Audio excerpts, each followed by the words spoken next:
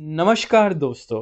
सबसे पहले तो आप लोगों को नव वर्ष की हार्दिक शुभकामनाएँ और हैप्पी न्यू ईयर। आपका ये साल बहुत ही अच्छा जाए, बहुत शानदार, बहुत ही हेल्दी रहें आप, बहुत ही अच्छी वेल्थ कमाएँ और आपका पोर्टफोलियो हमेशा ग्रीन रहे और पोर्टफोलियो में शानदार अमेज़िंग फाइनेंशियल्स वाले स्टॉक रहें।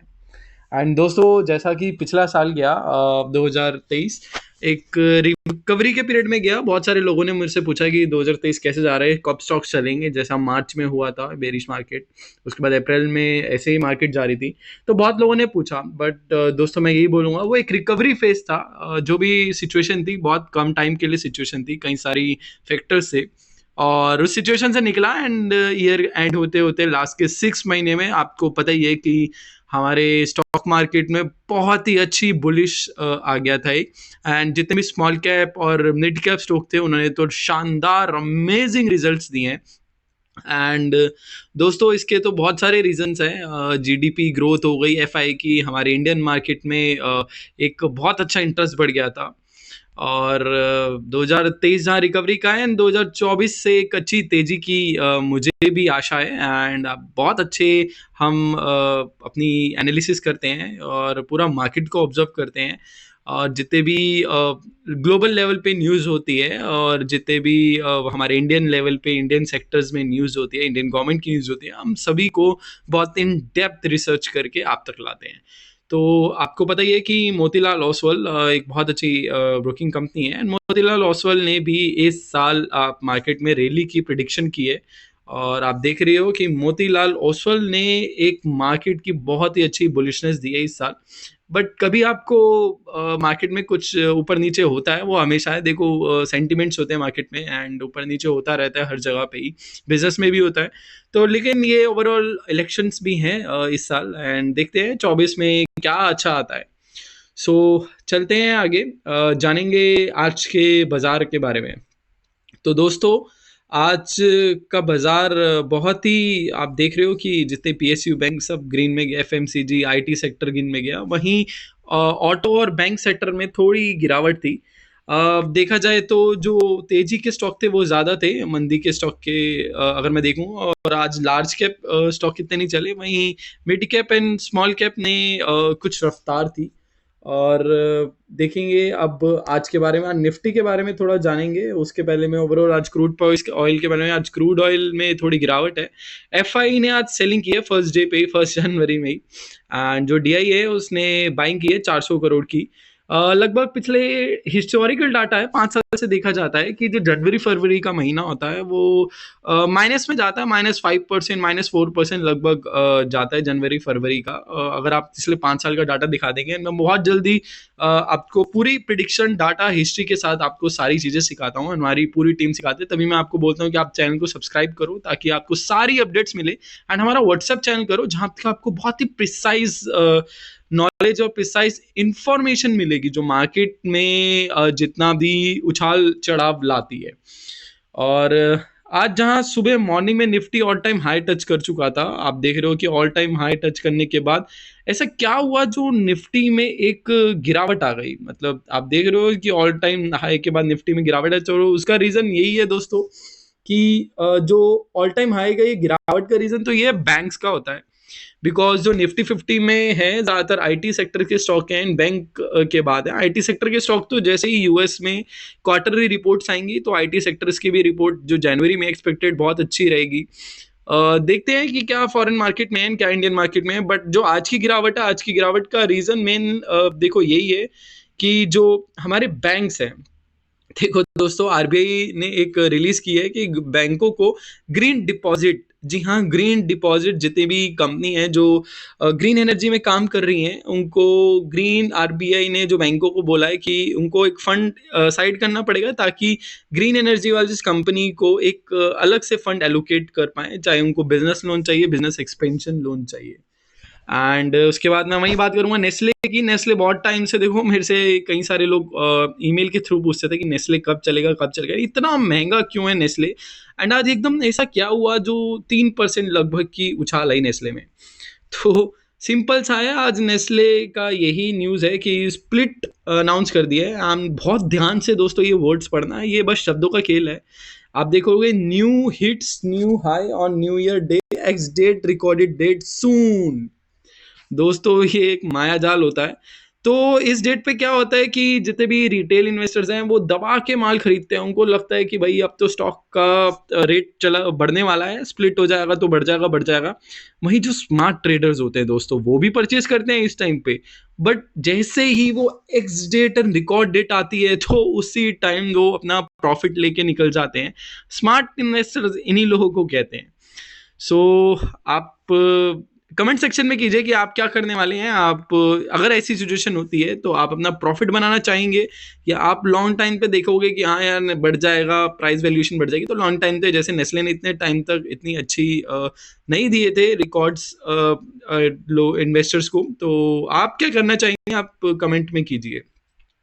आगे चलते हैं केस ऑफ इंडिया की।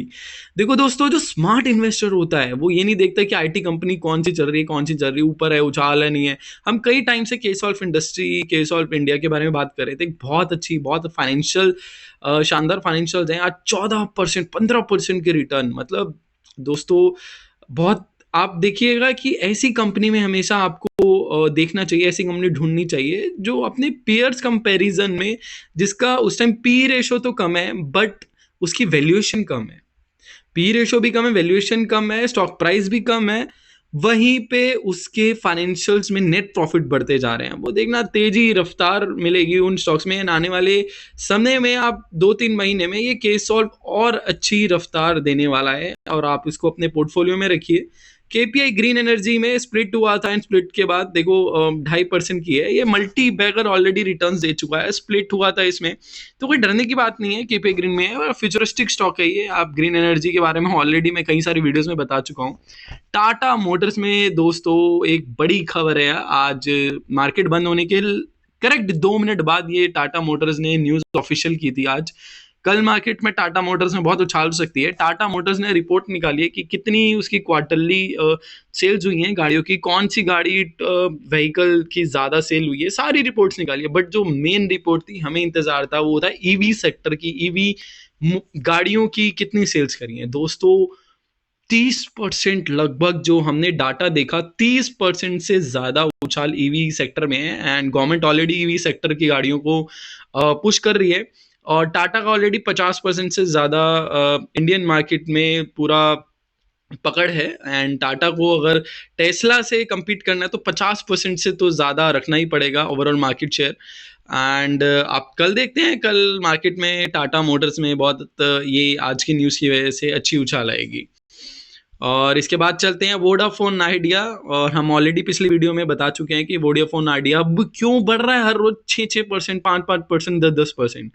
दोस्तों न्यूज़ यही है कि जो इलान मस्क भाई साहब हैं हमारे, बहुत ही मतलब बड़ी हाईली इंटेलिजेंट पर्सन है, बड़ा ही बिजनेस शानदार तरीके से करना जानते हैं। एंड उन्होंने स्टारलिंक की इन्वेस्टमेंट के थ्रू अपनी जो स्टारलिंक की कंपनी है, न्यूज़ आई है कि वोडाफोन आइडिया में स्टारलिंक कंपनी इन्वेस्टमेंट कर रही है। एंड आपको पता ही है कि जब इतनी बड़ी कंपनी बैक करेगी तो जियो और एयरटेल जैसी कंपनी को compete करेगी वोडाफोन आइडिया, जैसे ही स्टारलिंक की इन्वेस्टमेंट हो जाती है।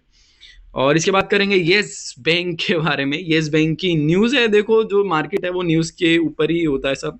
5% की उछाल यही है कि येस बैंक को 150 करोड़ का एनपीए पोर्टफोलियो सेल हो चुका है। नॉन प्रॉफिट एसेट बोलते हैं इसको, नॉन परफॉर्मिंग एसेट। आज 150 करोड़ का है, तो ये छोटी मोटी न्यूज़ है। बट जो असली स्टॉक होते हैं, असली लॉन्ग टर्म स्टॉक्स हैं, वो तो यही है कि भाई रेगुलर इंटरवल पे चाहे स्लो ग्रोथ दें, बट ऐसे ऐसे ग्रो बढ़ता जाता है। बट कुछ स्टॉक जो होते हैं वो ऐसे ऐसे करते हैं, कभी नीचे चले जाता है, फिर इतना था, फिर थोड़ा सा ऊपर, थोड़ा नीचे, तो यहाँ ना आपका पैसा अटक जाता है। बट वहीं पे आप ट्रेडिंग कर सकते हो, स्विंग ट्रेडिंग कर सकते हो। बट जो असली पैसा कमाना वो तो ऐसे ही स्टॉक में कमा सकते हो जो ऊपर ही जाए। एंड येस बैंक के बाद चलेंगे जेबीएम ऑटो। बसेस का ऑर्डर मिल चुका है। जेबीएम ऑटो के बारे में हम ऑलरेडी कितनी बार शेयर कर चुके हैं अपनी वीडियोस में।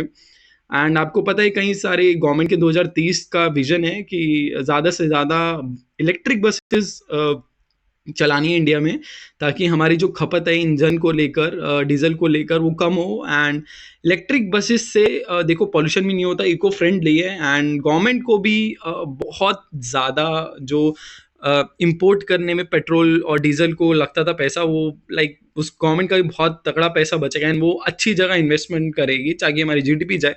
तो एक जेबीएन जो इलेक्ट्रिक बसेस हैं, ऑटो सेक्टर है इलेक्ट्रिक वाला, ईवी वाला सेक्टर है, वो बूम जा रहा है। तो आप अपनी नज़र पकड़े रखिएगा 24 में, देखिएगा ये सेक्टर एनर्जी का ही है। एंड उसके बाद भेल के बारे में, भेल को बहुत बड़ा प्रोजेक्ट मिला है। आप देख रहे हो कि भेल को आप हम अपनी जो चैनल है, चैनल पे लगातार जो इनसाइडर न्यूज़ हैं वो आप तक लेके आते हैं जल्दी से जल्दी। तभी हम आपको बोलते हैं कि आप हमारा चैनल को सब्सक्राइब रखिए तो आपको ये न्यूज़ जल्दी मिले। और इसके बाद रेलटेल, रेलवे एक फेवरेट स्टॉक है। मार्च अप्रैल महीने से हम आपको ऑलरेडी बता रहे हैं रेलवे सेक्टर के बारे में। And railway corporation, RailTel corporation of India ने, रेलटेल ने, आरबीएनएल ने अच्छी रफ्तार पकड़ी है, मतलब मल्टी बैगर रिटर्न्स दिए। कई टाइम से स्टॉक नहीं चल रहा। वहीं जहां पे बजट आने के बाद मई जून जुलाई से हम आपको शेयर कर रहे हैं, अप्रैल से शेयर कर रहे हैं कि आप रेलवे के ये स्टॉक में अपनी नज़र रखिए रखिए रखिए। एंड हमने तो बहुत अच्छे रिटर्न पाए हैं रेलवे सेक्टर में। आप दी रिटर्न पा सकते हो अगर आप सही टाइम पे सही इंडस्ट्री सही स्टॉक को पकड़े और बिजनेस समझे आप पहले। वही बिजनेस समझे के बारे में बात करूंगा, आर वी आईरीडा। दोस्तों आईरीडा के बारे में हम पहली वीडियो, दूसरी वीडियो, तीसरी वीडियो पिछले दिसंबर के बारे में बात करी जा रहे थे आईरीडा स्टॉक के बारे में। आपको पता है 200-300% रिटर्न्स ऑलरेडी दे चुका है आईपीओ खुलने के बाद। और आईडा स्टॉक देखो फ्यूचरिस्टिक स्टॉक है। अगर आपका जो कॉर्पस है, आपको 3 साल से 5 साल तक इन्वेस्टमेंट रखना चाहते हैं, तभी आप आईरीडा स्टॉक में आइए। तो आपके बहुत शानदार रिटर्न बन सकते हैं। बट नॉर्मल रिटर्न पे मत आइए। आपको लगता है कि 1 महीने 2 महीने के लिए आऊँगा यार मैं, तो उसके लिए नंबर शॉर्ट टर्म नहीं, आप लॉन्ग टर्म लेके चलिए। लॉन्ग टर्म में आप देखिएगा कि राकेश झुनझुनवाला ने बहुत लॉन्ग टर्म में शानदार अमेजिंग अपनी इन्वेस्टमेंट से रिटर्न किए हैं। एंड इवन वारेन बफेट ने भी जो लॉन्ग टर्म इन्वेस्टमेंट से ही पैसा कमाया है। सो चलिए 24 आपका बहुत अच्छा जाए, हम पूरी विशेष करते हैं। आने वाले समय में हम आपको बहुत in depth multibagger stocks बताने वाले हैं। जी हाँ दोस्तों, हमने ऑलरेडी वो लिस्ट निकाल रही है। तो आप सब्सक्राइब करो हमारे चैनल को एंड बेल आइकन दबाओ ताकि आपको वो जल्दी से वीडियोस मिल जाए एंड आप अपना पोर्टफोलियो को हमेशा ग्रीन रखें। तो थैंक यू सो मच दोस्तों, happy new year once again, thank you.